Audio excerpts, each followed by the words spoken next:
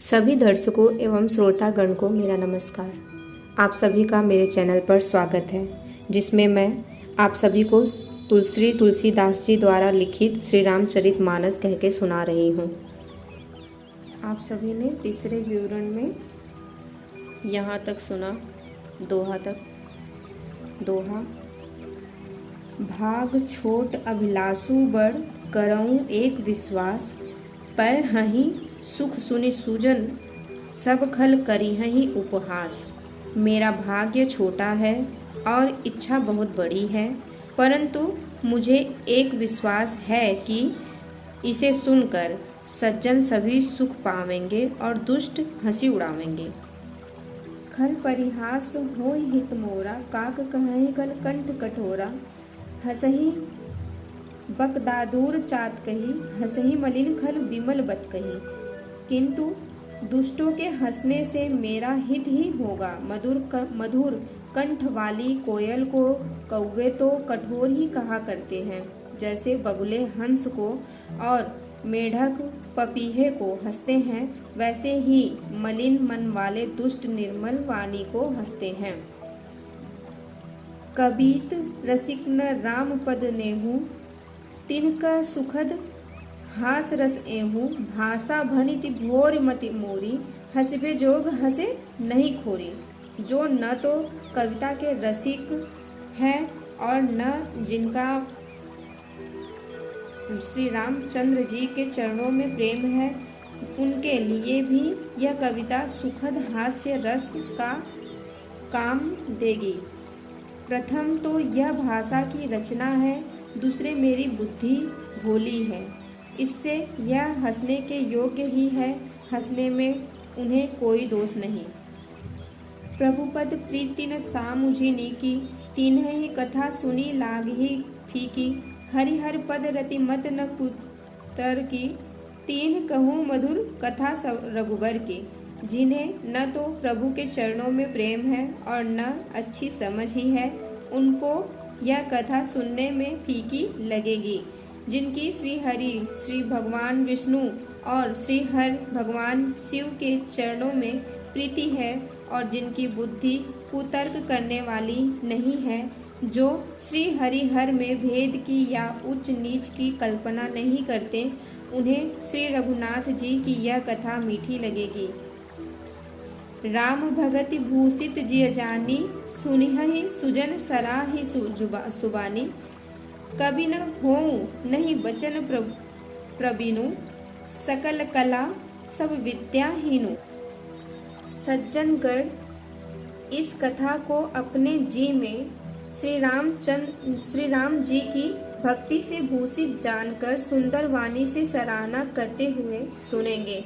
मैं न तो कवि हूँ, न वाक्य रचना में ही कुशल हूँ, मैं तो सब कलाओं तथा सब विद्वाओं से रहित हूँ। जैसे तुलसीदास जी अपने बारे में कह रहे हैं, वैसा ही मैं भी अपने बारे में सोचती हूँ। मैं भी कुछ नहीं जानती, बस आपको ये सब पढ़ के सुनाना चाहती हूँ। आखर अर्थ अलंकृति नाना, छंद प्रबंध अनेक विधाना। भाव भेद रस भेद अपारा, कवित दोष गुण विविध प्रकारा। नाना प्रकार के अक्षर, अर्थ और अलंकार, अनेक प्रकार की छंद रचना, भावों और रसों के अपार भेद और कविता के भांति भांति के गुण दोष होते हैं।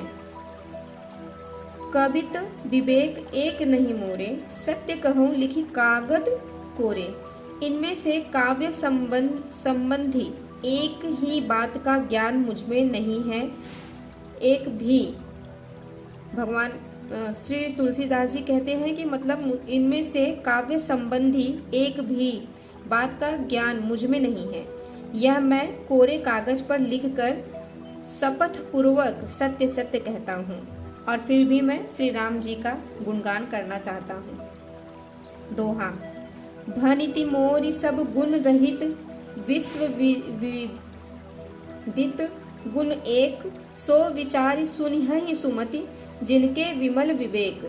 मेरी रचना सब गुणों से रहित है, इसमें बस जगत प्रसिद्ध एक गुण है, उसे विचार कर अच्छी बुद्धि वाले पुरुष जिनके निर्मल ज्ञान है इसको सुनेंगे। एहिम रघुपति नाम उदारा, अति पावन पुराण श्रुति सारा। मंगल भवन अमंगल हारी, उमा रहित सहित जेहि जपत पुरारी। इनमें श्री रघुनाथ जी का उदार नाम है जो अत्यंत पवित्र है, वेद पुराणों का सार है, कल्याण का भवन है और अमंगलों को हरने वाला है, जिसे पार्वती जी सहित भगवान शिव जी सदा जपा करते हैं।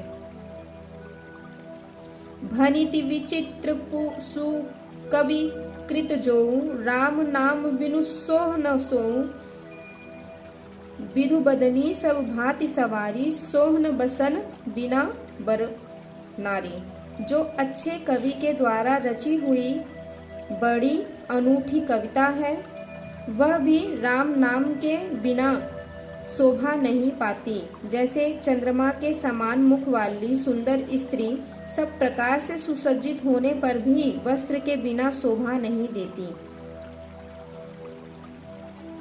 सब गुण रहित कु कवि कृत बानी, राम नाम जस अंकित जानी। सादर कहहि सुनहि बुध ताही, मधुकर सरिस संत गुण ग्राही। इसके विपरीत कवि की रची हुई सब गुणों से रहित कविता को भी राम के नाम एवं यश से अंकित जानकर बुद्धिमान लोग आदर पूर्वक कहते और सुनते हैं, क्योंकि संत जन भौरे की भांति गुणहीन को ग्रहण करने वाले होते हैं। यद्यपि कबित रस एकौ नाही, राम प्रताप प्रकट एहि माही। सोई भरोस मोरे मन आवा, केहि न सुसंग बड़प्पनु पावा। यद्यपि मेरे इस रचना में कविता का एक भी रस नहीं है, तथापि इसमें श्री राम जी का प्रताप प्रकट है। मेरे मन में यही एक भरोसा है, भले संग से भला किसने बड़प्पन नहीं पाया। धूमई तजई सहज करुआत आई, अगरु प्रसंग सुगंध बसाई। भनिति भदेश वस्तु भली बरनी, राम कथा जग मंगल करनी। धुआं भी अगर के संग से सुगंधित होकर अपने स्वाभाविक कड़वेपन को छोड़ देता है। मेरी कविता अवश्य भद्दी है, परंतु इसमें जगत का कल्याण करने वाली राम कथा रूपी उत्तम वस्तु का वर्णन किया गया है। इससे यह भी अच्छी ही समझी जाएगी। जैसे कि मुझे कुछ भी नहीं आता, लेकिन इसमें आप सब राम जी का विवरण करने के कारण, वर्णन करने के कारण मेरे हर त्रुटियों को क्षमा करने की कोशिश करना। अब मैं यहीं पे पूर्ण विराम ले रही हूँ। इससे आगे का मैं अगले विवरण में आप सभी को बताऊंगी।